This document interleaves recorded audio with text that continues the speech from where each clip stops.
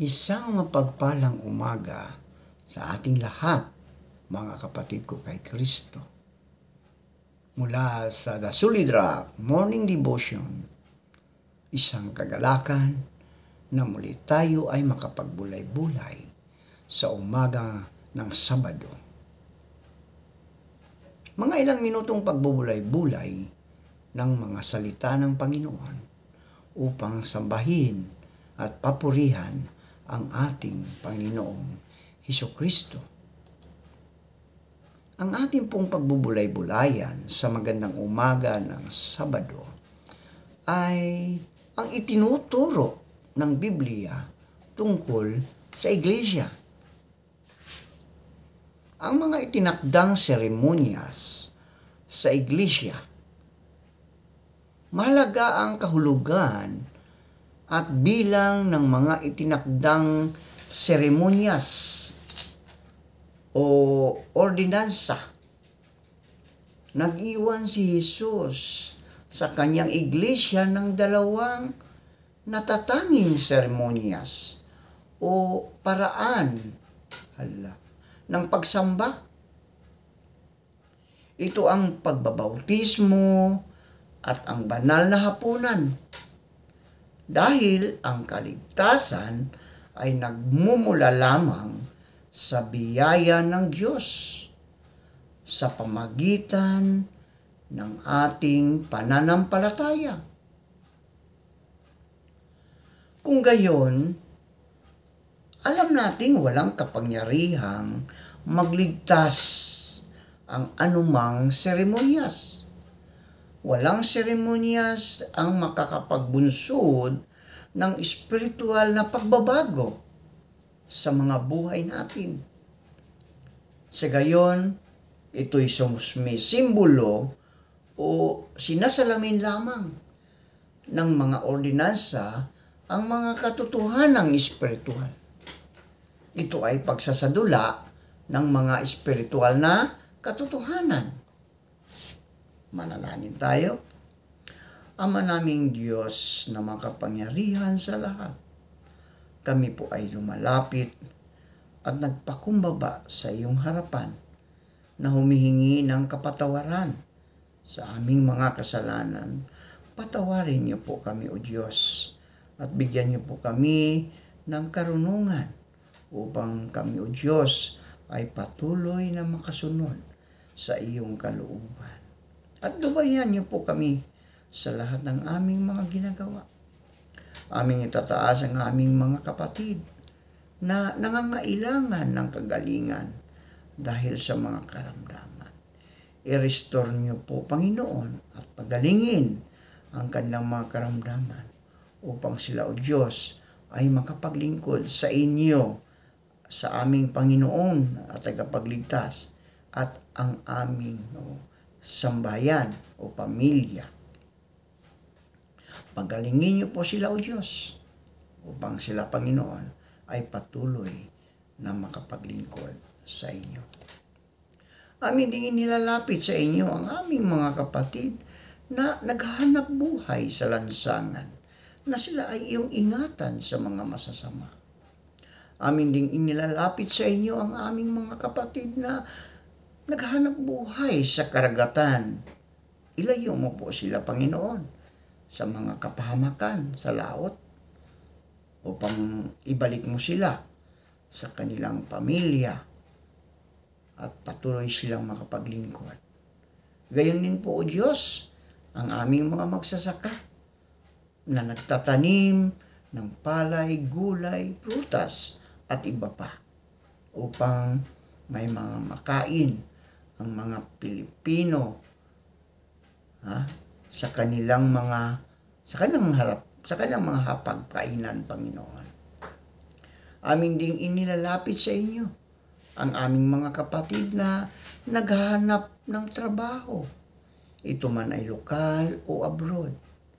Naway makasumpong sila ng trabaho sa tulong ng iyong banal na Espiritu Santo.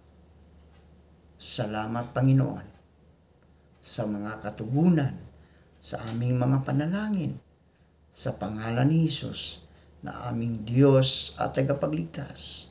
Amen at amen.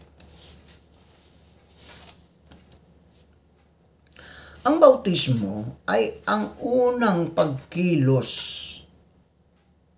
ng pagsunod kay Kristo ayon sa Mateo 28:19 hanggang 20. Sinabi ni Jesus na dapat tayong humayo at manghikayat ng mga disipulo at bautismuhan mo sila. Kung si Jesus ang ating Panginoon, magiging masunurin tayo sa kanyang mga utos.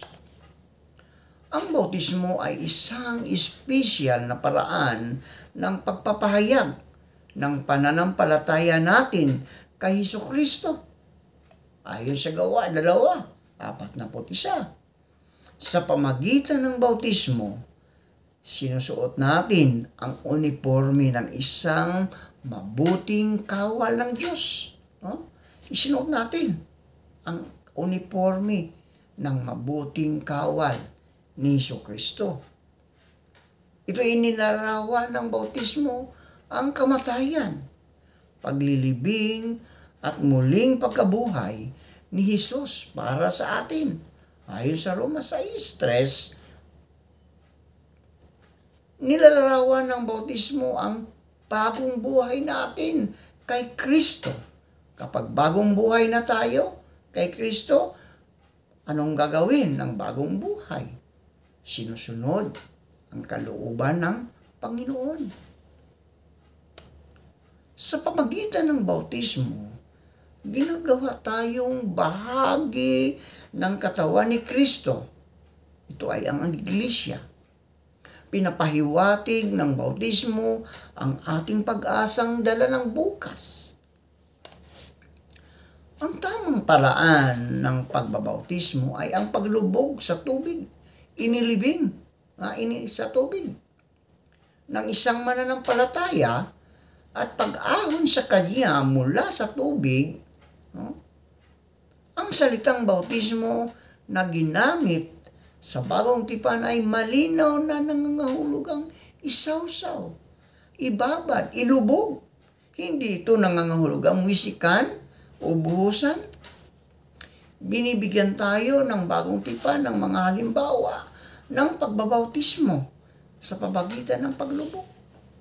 Si Jesus, ayon sa Mateo 3:16, umahon si Jesus sa tubig. Ang pinunong taga-Ethiopia, lumusong silang dalawa sa tubig. Pagkaahon nila sa tubig, malinaw na hindi lumusong si Felipe para lang patuluan ang opisyal ng ilang patak sa ulo. Humihingi ang makatotohanang paglalarawan ng bautismo ng paglubog. Inilalarawan sa Roma 6 ang bautismo bilang paglibing at muling pagkabuhay. Mailalarawan lang ito sa pamagitan ng paglubog. Tayo po ay manalangin. Salamat, Panginoon, sa panibagong araw at buhay na iyong ibinigay. Maraming salamat sa isang gabing nagdaan na kami ay iyong binigyan ng kapahingahan at ito'y iyong iniingatan. Maraming salamat, Panginoon, sa bagong umaga. Iyo kaming ginising sa magandang umagang ito upang kami, O Diyos, ay patuloy na magpatuloy sa aming buhay sa mundong ito. Salamat sa isang bautismo na ibinigay mo sa amin upang kami, O Diyos, ay magiging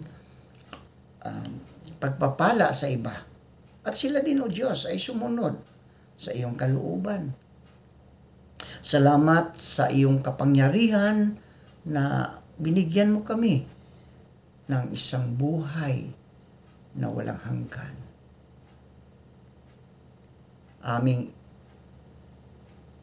inilalapit sa inyo ang araw na ito Naway gabayan mo kami at patnubayan at ilayo sa anumang kapahamakan. Ilayo mo kami sa mga pagsubok, sa mga tukso, upang kami, O Diyos, ay patuloy na sumunod at makapaglingkod sa inyo na may pusong dalisay, wagas. Salamat, O Diyos. Naway ikaw, O Diyos, ang magiging pangunahan mo kami sa araw na ito upang kami hindi malailayo sa iyo, Panginoon. At lalo kaming makasunod at magiging tagasunod at maghihikayat ng mga disipulo o tagasunod upang sila din, Panginoon, ay magkaroon ng buhay na walang hanggan, na isang regalo na iyong ibinigay sa amin. Maraming salamat po. Sa pangalan ni Jesus, na aming Diyos at tagapagligtas. Amen.